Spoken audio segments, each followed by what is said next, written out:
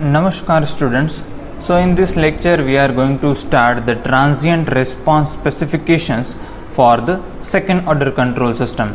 Okay, so in previous lecture we are discussing about the step response, or we can say the unit step response of second order control system, and we have derived this particular equation, that is output is given by 1 minus e raised to minus zeta omega n t into the bracket cos omega dt plus zeta divided by 1 minus zeta square multiplied by sin omega d into t. Okay, that is what the final output, or we can say the step response for the system which is second order control system. In that case we have find for the underdamped system, overdamped system, critically damped system, and also for the undamped system by putting the different values of zeta.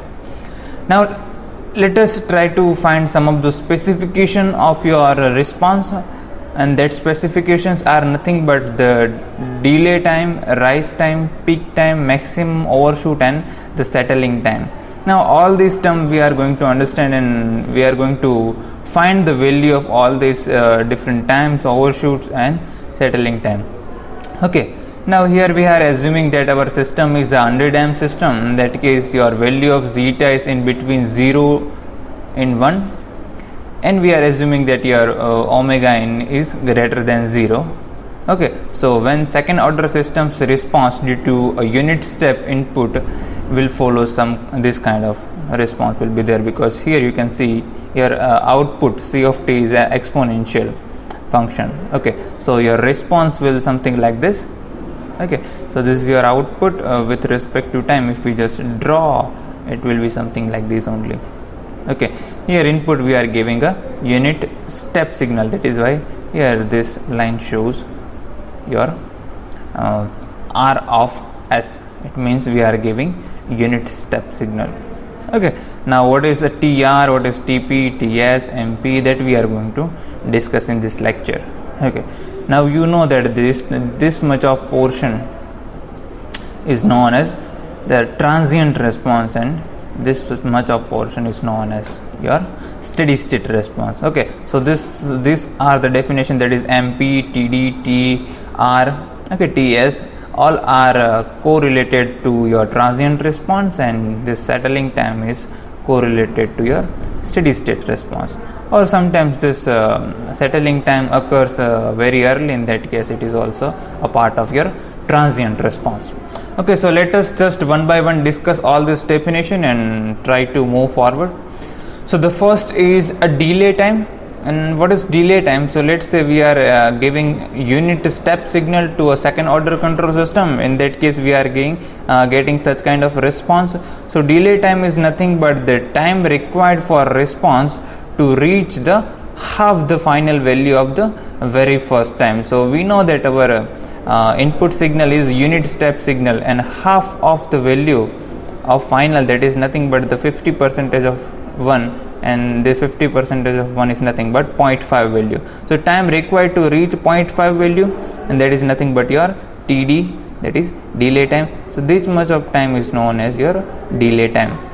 And if you want to find the value of delay time for any second order control system, in that case you can use this equation, that is 1 plus 0.7 zeta divided by omega n. Okay, for underdamped system we are assuming that your zeta is in between 0 to 1 and omega is in greater than 1. Okay, whenever you are having some example to solve and find out the value of delay time, at that time you can easily find your zeta and omega n from the whatever the transfer function is given to you. Okay, the next term is the rise time, that is the time required for response to rise from the 10%, that is nothing but 10% of 1 is 0.1 to 90%, or we can say 5% to 95, or 0 to 100% of its final value. Now this value will varies as far as your system is changes. In case of your underdamped system, this value will be 0 to 100%, and for overdamped system it is 10% to 90%. Okay, so generally we are using this 10% to 90%. So time required to start from here to reach this value it is known as your rise time TR. Okay, that is TR. So if you want to find the value of rise time, how we can do this? Because this is nothing but, let's say your output, let me just remind you this, the output can be written as in this form, and you want to find rise time, and that is nothing but the difference between the time taken by your response to reach its final value. So this final value is nothing but unity only. Okay, so if you just put C of t is equal to 1 in this equation, and time, that is time, this time is nothing but if you put t is equal to TR, and if you solve this equation, and you will get the value of TR. Okay, if you do so, this value of TR will get pi minus phi divided by omega d. Okay, where phi is nothing but, you can write your damping frequency of oscillation, that is why that can be represented as omega n 1 minus zeta square. Okay, where omega n is natural frequency of oscillation, it is expressed in radian per second, and zeta is your damping ratio. Okay, here we are discussing for underdamped system, so zeta is will be 0 less than zeta less than 1. Okay, so in that way you can find the value of your rise time. Here the phi is nothing but, if you just solve this equation, in that case phi will be 1 minus zeta square divided by zeta. Okay, so once you have the transfer function of your second order control system, you can easily find the value of zeta and omega n. In that case you can easily find the value of rise time. Okay, so I think it is clear. Now the next is peak time, and it is defined as the time required for the response to reach the first peak of the overshoot, and that peak is nothing but this peak. Okay, so time required to reach at this point is known as TP, or you can say the peak time. So how we can find the value of peak time? So at this point, if I just find out the slope of your curve, or we can say the response, it will be 0. Okay, so it means that if you just find out the dct with respect to time, if you take the first order differentiation, it should be equal to 0, because this is nothing but the slope of your this equation only, or your curve only. And if you just equate with 0, will give you the time TP. Okay, and if you just solve this equation, it means just put the value of CT from here and take the first order differentiation, and you will get your TP, that will be pi divided by omega d. Okay, here omega d is nothing but omega n under root of 1 minus zeta square. So when you have the value of omega and zeta, you can easily get your peak time. Okay, the next thing is maximum overshoot. So it is defined as the maximum peak value of the response curve measured from the unity, and if the final steady state value of the response differ from unity, then it is common to use the maximum percentage overshoot, and that is defined as this equation. Let me just show you that this is nothing but the peak value. Okay, so at peak value we are going to have some value of C of t. Okay, so we get the value of t at this point. Okay, so once you get this value of t at this point, you just put the value of t into the equation of C of t, then it will give you C of Tp. This C of infinite is nothing but whenever we are giving a step input to any steady your second order system, in that case we are assuming that after infinite amount of time we'll get our unit step signal, as we are giving input, that is a unit step. That is why we are getting C of infinite is equal to 1. Okay, so this value will be 1 only. Same way this value will be 1 only for our unit step signal.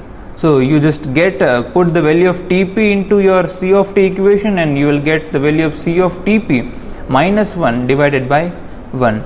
And if you solve this equation, you will get your maximum overshoot MP is equal to e raised to minus pi zeta divided by 1 minus zeta square multiplied by 100.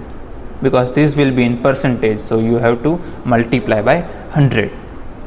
Okay, so the amount of maximum, or we can say the percentage overshoot, directly indicates the relative stability of the system. Okay, so will come to this point of relative stability, because higher your maximum overshoot, the lesser your stability. Okay, so you are about to get your whenever you are designing any control system, your aim is to decrease the amount of maximum overshoot. Okay, so the last definition is settling time, and settling time is the time required for the response curve to reach and stay within a range about a final value of the specified absolute percentage of the final value, and usually it is taken as a 2% or the 5%.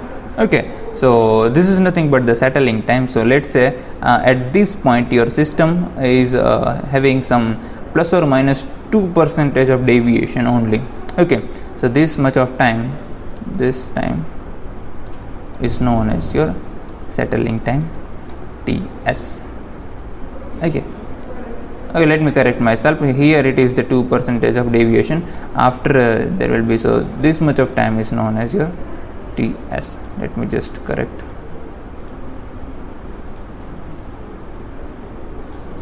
Okay, so this time here it is shown already, so this is known as your settling time. So how we can find your settling time? So to find out the settling time, we must have to find the time for which the maximum overshoot occurs. So once we find the time, that is TP, where the maximum overshoot occurs and stay within the 2% or we can say the 5% of final value, and that is nothing but if you just find out e raised to minus, that is MP only. Okay, so once you get MP, and then you can equate with 2% in case of this, and you can put 5% in that second case. Okay, now you know that generally the value of zeta is very low. Okay, so in that equation, that is MP is nothing but e raised to minus pi zeta divided by under root 1 minus zeta square multiplied by 100, and generally the value of zeta is very low. So if you put the value of zeta, this value will be very low. Okay, in that case if you solve this equation, it will give you your TS. Here it is 2%. Okay, this is pi omega zeta and T. Here it will be also T. Here it is 2%, and if you solve this equation, you will get T settling time is equal to 4 divided by zeta omega n. Okay, this is for 2% of tolerance. Now if you want to find for 5% of tolerance, you will get TS is equal to 3 divided by zeta omega n. Okay, so you don't have to worry about how we can find the solution of these equations, but you just remember how we can find your TS, TP, TD and MP. Okay, it is important. So once we have all the specifications, that is MP, TD, TR, TP, TS, we can identify the behavior of the system. Okay, now let us solve one example to understand this concept. So here the second order system is given with the transfer function as here it is, obtain the maximum percentage overshoot, that is MP, and the peak time TP. Okay, so here the closed loop control system is given. The input is R of S. We are getting some output, that is C of S. The open loop transfer function is given in the form of 4 divided by S square plus 2S plus 4, and this control system is negative feedback unity control system, unity feedback. So the value of H of S is nothing but 1. Okay, so let us try to find the transfer function of the system, and that will be your G of S divided by 1 plus G of S into H of S. Okay, so this will be your transfer function of closed loop control system. Here the negative feedback control system, that is why the sign will be positive. Now this system is a unity feedback control system. In that case, your value of H of S will be 1. So your transfer function you can write as G of S divided by 1 plus G of S only, and specifically your characteristics equation will be 1 plus G of S is equal to 0. So let me just find your characteristics equation, that is 1 plus g of s is equal to 0. So 1 plus, what is g of s? Sorry, g of s is 4 divided by, right, 4 divided by s square plus 2s plus 4 is equal to 0. Now if you solve this equation, you will get s square plus 2s plus 8 is equal to 0. Okay, it is very easy. Now what we are interested to find, we are interested to find the maximum overshoot MP and the peak time TP. Okay, these both things we are interested to find. So for that we know, let's say MP is nothing but your e raised to minus zeta pi under root 1 minus zeta square only. Okay, also we know your TP is nothing but pi divided by omega d, and omega d is omega n under root 1 minus zeta square. So once you have the value of zeta and omega n, you can find the value of MP and TP.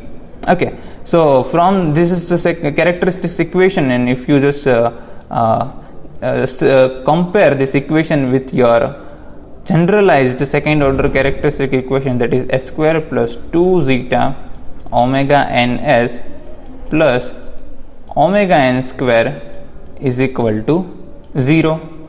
Okay, now if you just compare this equation, so your omega n square, this s square and s square get cancelled. This omega n square is equal to, we can write 8, okay, or you can write 4 multiplied by 2. So your omega n, if you just square root, take the square root, it is 2 root 2 radian per second.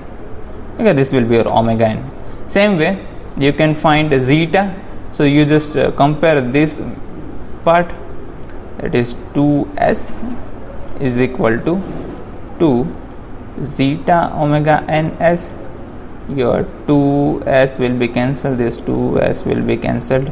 So 1 is equal to zeta omega n. You just put the value of omega n from this equation. So 1 is equal to zeta, it is 2 root 2. Okay, so your zeta will be 1 divided by 2 root 2. Okay, this will be your value of zeta.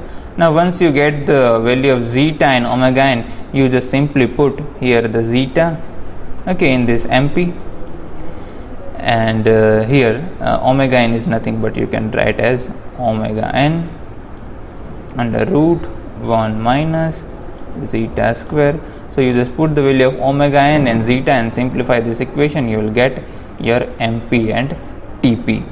Okay, so these are very easy example. You can easily find your value of maximum overshoot. Here we can also find the value of delay time and rise time, okay, also the settling time. So once we have the transfer function of the system, we can analyze the behavior of any kind of system by using this time domain specifications. Okay, so with this we are closing our today's lecture. When we meet in next lecture, we are going to start the new topic, that is steady state error.